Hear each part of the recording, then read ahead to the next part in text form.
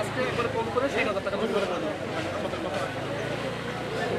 পিছনে আসো ভাইয়া ভাইয়া পিছনে আসো মানে এক সাইড বিজয় আচ্ছা আচ্ছা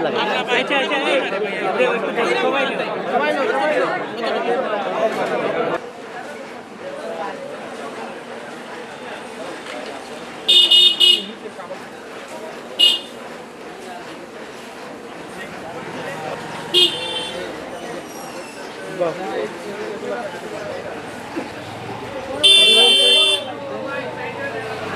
বাধা সৃষ্টি করবেন না, ভিড় জমাবেন না।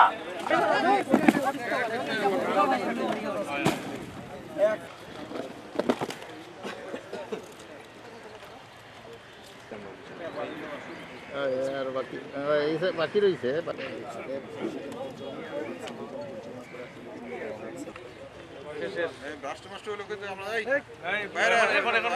সম্ভাবনা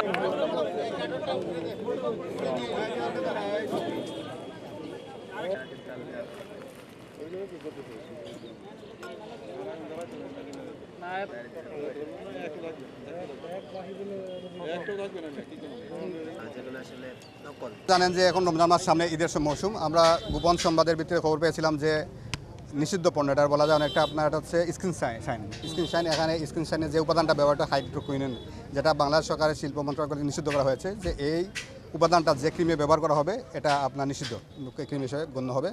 সেই হিসাবে আপনার আমরা ওই আজকে অভিযানে আপনার ওই জাকি এন্টারপ্রাইজে প্রচুর পরিমাণে আপনার এই উপাদানের মজুদ এবং উপাদানের সাথে আপনার যে ক্রিমটা স্কিন শাইন প্রচুর পরিমাণে মজুদ পাওয়ার কারণে আমরা অভিযান পরিচালনা করেছি।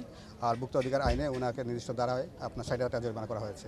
আর যেহেতু এটা নিষিদ্ধ প্রোডাক্ট, আমাদের সাথে আছেন এই সংশ্লিষ্ট ব্যবসায়ী সমিতির সভাপতি সেক্রেটারি সাহেব আছেন, ওনাদের উপস্থিতিতে এবং আমাদের র্যাব 9-এর সহযোগিতায় আমরা ওনার সকলের উপস্থিতিতে যে নিষিদ্ধ যেহেতু প্রোডাক্ট এটা আমরা আজকে এটা ওই সবার সামনে এটা পুড়ে ফেলবো, বিনষ্ট করে ফেলবো। আর যেহেতু এটা আপনার অ্যাসিড জাতীয় পদার্থ, এটা ব্যবহার করলে সাধারণত ত্বকের ক্ষতি হয় এবং এই পরবর্তীতে হয়তো দেখা যায় যে আপনার স্কিন ক্যান্সারের দিকে এটা গোড়ায় আর কি আস্তে আস্তে। এটা আসছে কীভাবে, এটা আমাদের প্রশ্ন যে এটা এখানে আসছে কীভাবে। এটা যেহেতু আমরা প্রোডাক্টের গায়ে অরিজিন দেখতেছি লেখা ইন্ডিয়া, কিন্তু ইন্ডিয়া হলেও এটা আমাদের জানা মতে বাংলাদেশে এটা কোনো আমদানিকারক এটা আমদানি করে না। তো আমরা ধরে নিচ্ছি এটা বাংলাদেশে হয়তো প্রোডাকশন হচ্ছে, ভুয়াভাবে কিংবা নকলভাবে প্রোডাকশন হচ্ছে, এবং এই প্রোডাকশনের কারণে যেটা হচ্ছে যে ওই এটার মার্কেটিং যেটা হয়, এটা আপনার সোর্সটা যারা এসে দিয়ে যায় এটা ভিজিবল থাকে না আর কি। হয়তো দেখা যায় অন্ধকারে কিংবা আপনার যারা দিয়ে যাচ্ছে হাইট থাকে আর কি, ওনাদের এই পরিচয়টা প্রকাশ করতে চায় না। এই জন্য আমরা ওনাকে জিজ্ঞাসা করলাম যে আপনার কাছে কে দিয়েছে, উনি কোনো আমাদের বাউচার দেখাতে পারে নাই এবং কে দিয়েছে ওনার কিছু কোনো তথ্য দিতে পারে নাই। উনি যেটা বলেছেন যে ওনার কাছে টিউব এবং আপনার প্যাকেটটা আলাদাভাবে সরবরাহ করা হয়, ওনারা এটা প্যাকেট করে তারপর মার্কেটে বিক্রি করে। আমরা ভুক্ত অধিকার সাধারণত আমাদের আইন মোতাবেক আমরা কর্মদিবসে অভিযান পরিচালনা করি। আর যেহেতু এখন একটা স্পেশাল সময় রমজান মাস, সেই হিসাবে আমরা সপ্তাহে 7 দিনই শুক্র শনিবার সহ আমরা প্রতিদিন বাজার অভিযানে আছি। আপনারা জানেন যে সিলেট বিভাগের 4টা জেলায় 4টা টিম কাজ করে, আর আমরা বিভাগীয় কার্যালয়তে আমরা 2টা টিম, মোট সিলেট বিভাগে মোট 6টা টিম কাজ করছে।